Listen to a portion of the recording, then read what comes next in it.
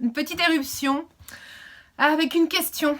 De moi ou des autres, à qui je donne en priorité dans ma vie? Alors, je viens de regarder une série de vidéos américaines hyper inspirantes sur le sujet, où on explique, aux États-Unis, il y a une expression qui dit qu'il faut avoir sa coupe pleine pour pouvoir aller aider les autres. Et que si on ne prend pas soin de garder sa coupe pleine, à un moment donné, elle se vide et on va aller chercher chez les autres qui viennent remplir notre propre coupe. Et là, on rentre dans des relations dysfonctionnantes, de dépendance affective, ou alors des états de frustration, des états de reproche permanents, etc. Donc, qu'est-ce que ça veut dire d'avoir sa coupe pleine? Avoir sa coupe pleine, c'est prendre suffisamment soin de soi pour que à la fois notre corps, notre cœur, notre esprit soient aptes à fournir la meilleure version de nous-mêmes. Donc, à les regarder de manière honnête et régulière, si on se maintient, ou si on a cette capacité déjà de reconnaître le meilleur en nous, de l'honorer, de le faire grandir, de le rendre fort, et à partir de là, d'être capable d'aller l'offrir à l'autre et de lui présenter cette magnifique version de nous, mais surtout de faire en sorte que ce qu'on va offrir à l'autre, on ne se le prend pas à soi-même, puisqu'on est capable de se l'offrir à soi-même en permanence. Donc notre coupe, elle est pleine, et elle ne se vide pas, mais elle déborde. En fait, l'idée, c'est de faire déborder la coupe, c'est-à-dire d'être tellement capable de générer le meilleur de nous-mêmes en prenant soin d'aller regarder ce qui ne va pas pour l'améliorer, d'aller nourrir ce qui a besoin d'être nourri, d'aller supporter ce qui a besoin d'être supporté, encouragé en nous, ça, de nous-mêmes, d'être capable d'avoir cette coupe bien remplie, tellement bien remplie, qu'elle déborde, et quand elle déborde, il y en a pour tout le monde, c'est open bar, et à ce moment-là, on est réellement apte à aller dans le monde, offrir nos talents, notre énergie positive, ce qu'on a de meilleur, et on ne va pas vider sa coupe chez l'autre en s'oubliant soi-même, on va simplement laisser cette coupe déborder et laisser à l'autre la possibilité de venir chercher chez nous le support, l'aide, le soutien dont il peut avoir besoin. L'idée aussi, c'est de ne pas vider notre coupe de manière inconditionnelle sans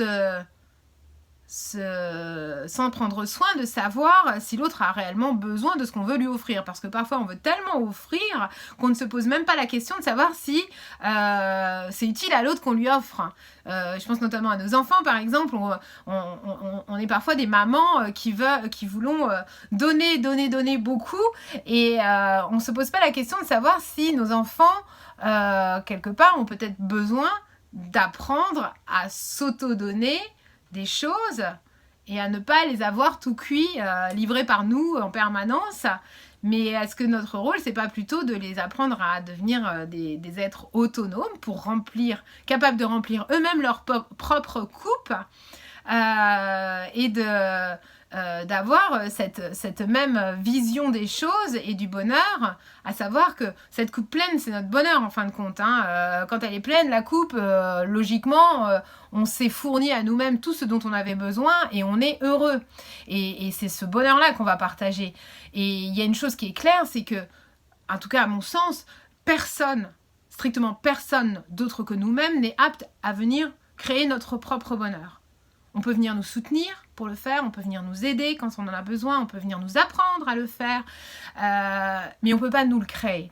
Et ça, c'est important aussi de ne pas entretenir ce mirage, que ce soit en amour, en relation amicale, en relation avec notre famille. Je ne viens pas créer ton bonheur, je viens t'aider à créer le tien. Je crée le mien, tu crées le tien, et on partage.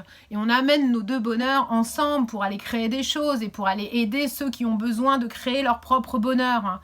Ça, c'est une vision qui change de l'idée d'être complètement altruiste et de l'idée de se sacrifier soi-même pour aller aider les autres. Parce que si on se sacrifie soi-même, ben on vide notre coupe en fait. Et qu'est-ce qui nous reste après? Alors après, il nous reste d'aller chercher ailleurs quelqu'un pour remplir la coupe, parce qu'on n'a pas appris à la remplir nous-mêmes. Donc on va aller voir l'autre, on va lui dire « Hé, toi, je t'ai donné plein, là, maintenant à toi de me donner. » D'accord? Quoi, tu me donnes pas après tout ce que je t'ai donné?